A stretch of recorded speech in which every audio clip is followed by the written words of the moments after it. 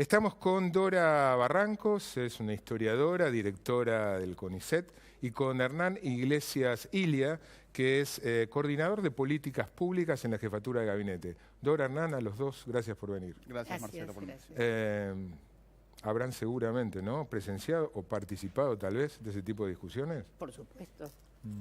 Casi de un bando y del otro. Claramente nos podemos identificar. ¿Te sentís identificada con esa manera de discutir? No, con esa manera no podemos ser tan patéticos.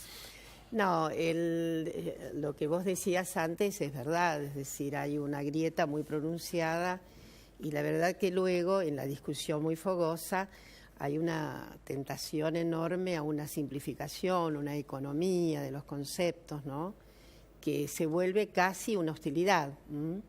Y es muy difícil tener así unas conversaciones muy reflexivas hoy día, porque todo lo hacemos de manera sintética y en realidad... Y las redes sociales colaboran a que eso sea así. Las redes sociales además sintetizan más, porque ya se trata de lo mínimo, y entonces allí hay un desaprovechamiento extraordinario de la capacidad de comunicación que tenemos los seres humanos, ¿no?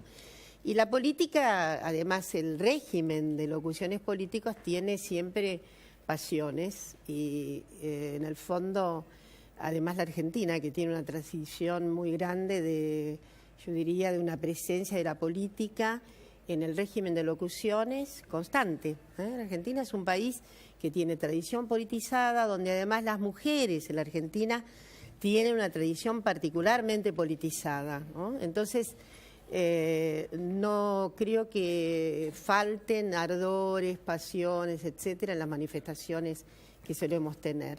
Y sobre todo cuando hay un precipitado de, digamos, de cuestiones que enardecen los ánimos y que, bueno, es muy difícil encontrar entonces una capacidad reflexiva más amena y más amigable. ¿Coincidís, Hernán? En parte, en realidad coincido también con algo que decías vos antes, que mucha gente está al margen de la grieta, no está ni de un lado, ni del otro, ni del medio, sino simplemente viviendo sus vidas con algún interés por lo público, que a veces es mayor y a veces menor, pero en general lo que tiene ganas es de que el país salga adelante y vivir lo mejor posible con su familia y en el trabajo y con la gente que lo rodea. Transcurrieron ya 7 meses y medio del gobierno de Cambiemos. Dora, ¿cómo definirías qué es Cambiemos? ¿Qué es el macrismo? Bueno, como socióloga, como historiadora, tenés que explicarlo. Bueno, ¿qué es? Digamos, es muy difícil explicar, sobre todo porque cada una de nuestras entonaciones tiene un asidero político, por lo tanto yo no me puedo privar de mi estatuto político, ¿no? Es decir, no habría ninguna posibilidad de que ninguna sociología disparara en un sentido casi, digamos, relativamente fuera de la cuestión política. Por lo tanto, yo estoy muy preocupada, soy de la gente preocupada, creo que hay una reconstrucción de sentidos adversos. Acá el otro interlocutor seguramente va a responder que no, pero hay una preocupación que es bastante objetiva, ¿no? Es decir, hay una serie de circunstancias que han cambiado de tal modo, pensemos nada más que en la vida corriente, las tarifas, etcétera, pero me parece que el orden prospectivo de la política tiene un giro que es, desde mi punto de vista, una restauración obviamente neoliberal, muy apegada. ¿Es eso, decís, una restauración neoliberal? Es una restauración neoliberal que lamentablemente no tiene síntomas de ninguna, digamos, en ninguna adhesión que pueda constituir en el mundo entero un ejemplo que pueda ser seguido. Básicamente son políticas que finalmente fracasan y que, por otra parte, digamos, tienen una probanza histórica. De modo que yo lo que puedo decir desde el punto de vista sociológico e histórico tiene que ver, obviamente, con mi propia adhesión a una idea de una sociedad mucho más justa, mucho más equilibrada, que redistribuya mucho mejor el producto, y estas son cosas casi elementales, ¿no? Yo diría en un panorama en que, como el de América Latina, se está tornando muy complejo en orden a esas restauraciones que además no ocurrieron hace un siglo, son de pocos años. Para la gente de cierta edad como yo, este es un filme que además pudo ver, ¿no? Y que tiene unas consecuencias que me parece que van a ser inexorables. Además, en este caso, me parece que hay esta suerte de ensayo y error, tiene mucha impericia, hay un fenómeno también bastante extraño y es un precipitado de gente que se va a la política. Y la política, yo voy a decirlo en términos tal vez un poco demasiado intelectuales, pero la política se hace con un estado de convicción respecto de un grupo social al que se representa y con un estado de pasión. Es decir, no se puede inventar una fórmula que no tenga una cierta consistencia también emotiva. Vos, Hernán, escribiste un libro, Cambiamos. Sí. ¿Qué es Cambiemos? Creo que en el ámbito de la oposición no nos están mirando para mí con justicia. Por ejemplo, algunas de las cosas que decía recién Dora, me parece que hay muchas de las cosas que ha hecho Cambiemos en estos meses que no entran en el paradigma neoliberal. Por ejemplo, en las tarifas, es un gobierno que creó la tarifa social federal. Entiendo parte de los problemas que hay con la tarifa de gas, pero también es cierto que el 32%, o sea, casi un tercio de las familias argentinas, pagan tarifa social, o pagan la garrafa social, o pagan la tarifa social del gas de red. O sea que eso no tiene nada que ver con un modelo neoliberal, por ejemplo. Un modelo neoliberal habría dicho precios para todos, el que lo puede pagar bien, y el que no pueda pagar, que no lo consuma.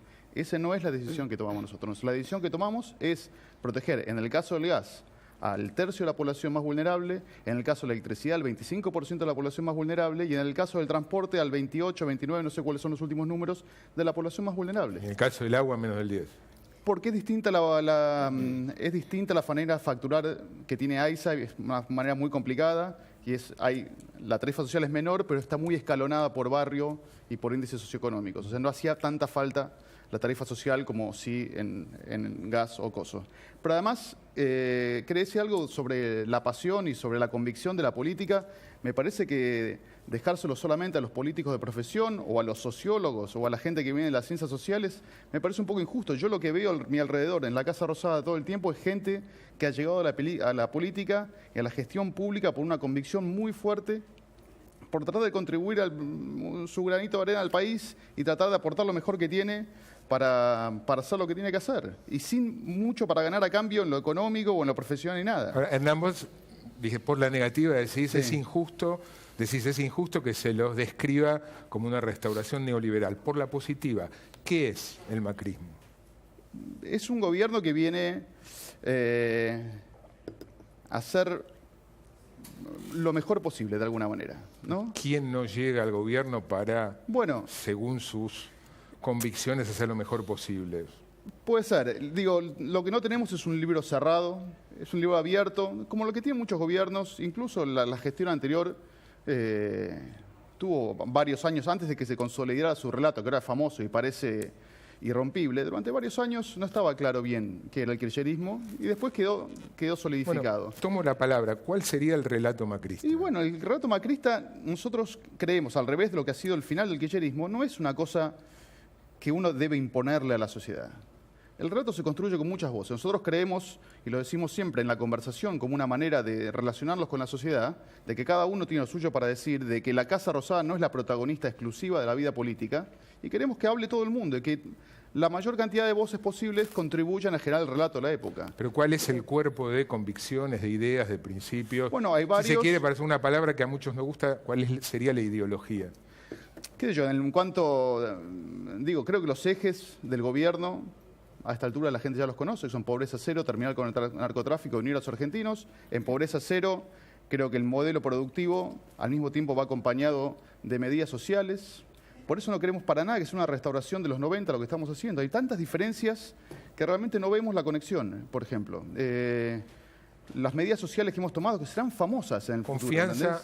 ¿Qué sé yo? Desde hace 2 o 3 meses, desde hace 2 o 3 semanas que se sancionó la ley, hay prácticamente ingreso universal a la niñez y a la vejez en la Argentina. Eso es algo que me gustaría que hubiéramos festejado entre todos.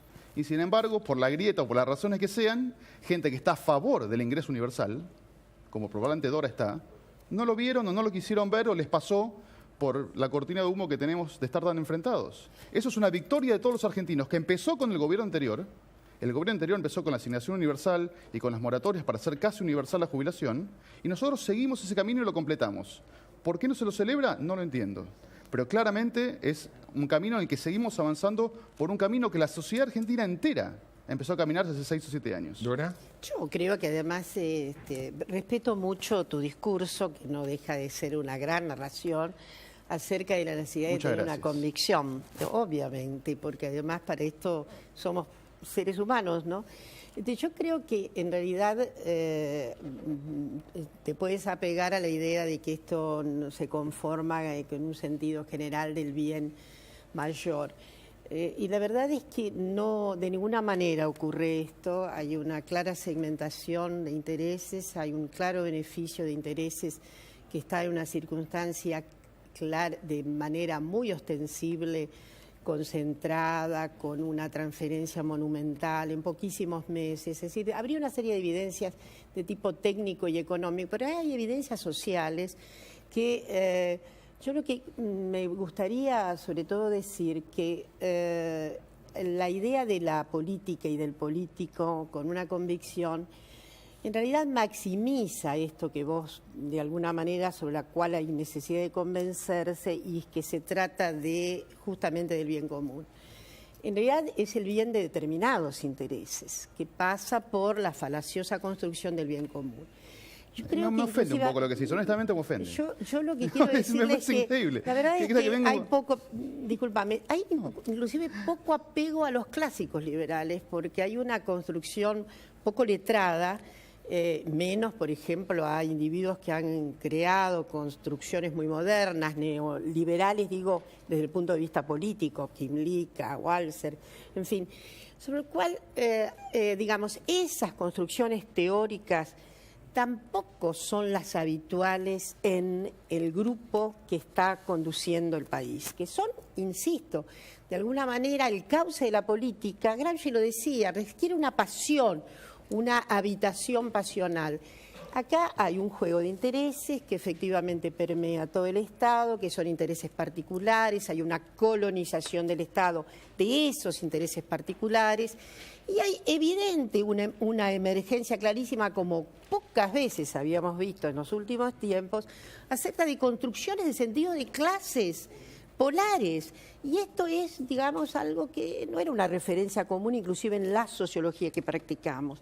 ¿Qué te ofende, Hernán? No, me ofende, me parece una cosa, un cliché del progresismo, de la izquierda de tanto tiempo, decir que la derecha solamente defiende intereses, que no tiene ideas propias, que no vale la pena discutir con ellos sobre política porque supuestamente defienden o defendemos intereses. Pues la derecha defiende intereses.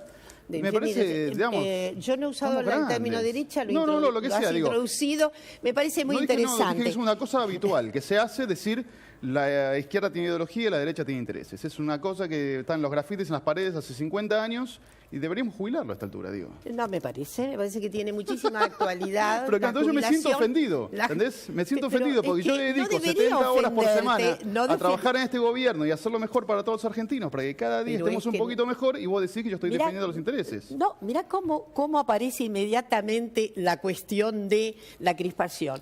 Yo estaba describiendo lo que pasa y la descripción mía, esa está muy mansa. Digo, estamos en este momento asistiendo a un quebranto y una oposición de clases como efectivamente hacía tiempo que no veíamos. Dora, y una posición, un gobierno de izquierda, ¿no defendería intereses también? Bueno, sí, intereses populares, intereses de mayoría, son claramente regentes de una, digamos, de una participación de la idea histórica de que, bueno, de que las gentes merecen emancipación, trato digno, justicia, equidad. Es decir, sí, evidentemente yo tengo ideales viejos acerca de un mundo justo, equitativo, que redistribuya la riqueza.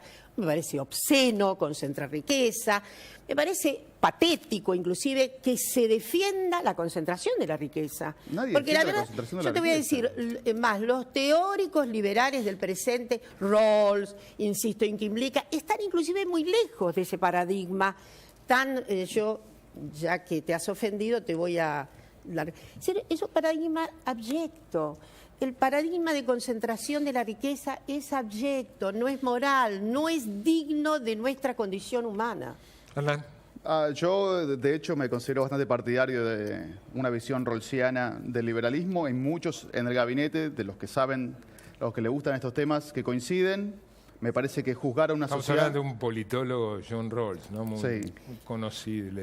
Que, insisto, ojalá se leyera Dejame un más. segundo. Ojalá... Bueno, sí, pero yo coincido en eso, que a una sociedad se la debe juzgar como el que peor está, ¿no?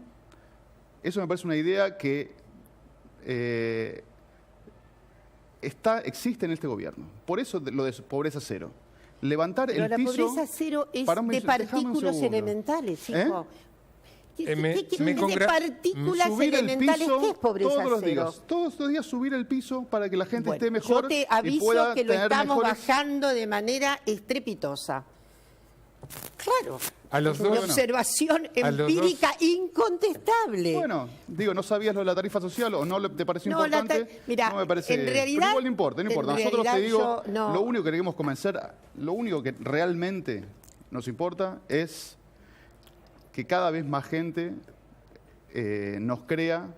Todo esto es crear confiabilidad y generar confianza y credibilidad. Que cada vez más gente nos crea que acá no venimos a perjudicar a nadie, que realmente queremos hacerlo lo mejor posible, que somos gente buena, tratando de hacer las cosas lo mejor posible, que somos abiertos, escuchamos a todo el mundo, todos los gobernadores entran a la Casa Rosada, los diputados de la oposición entran a la Casa Rosada, los sindicalistas entran a la Casa Rosada, las organizaciones sociales entran a la Casa Rosada. Sí, pero, a Hablamos ver, con todo el mundo, no a los estamos dos- seguros de nada y estamos solamente una cosa. dispuestos a conversar pero- todos los temas. Justamente, pero Dora tu Hernán. discurso es de partículas elementales respecto de una convicción que parece que tenés necesidad de finalmente convencerte. ¿En qué sentido? Sí, Dora me parece Hernán, que hay una, a los dos- a una los dos- necesidad de convencerte. A Bueno, yo estoy muy yo te convencido. admiro profundamente porque en Al- ese desafío a lo mejor hasta que se convencen de que A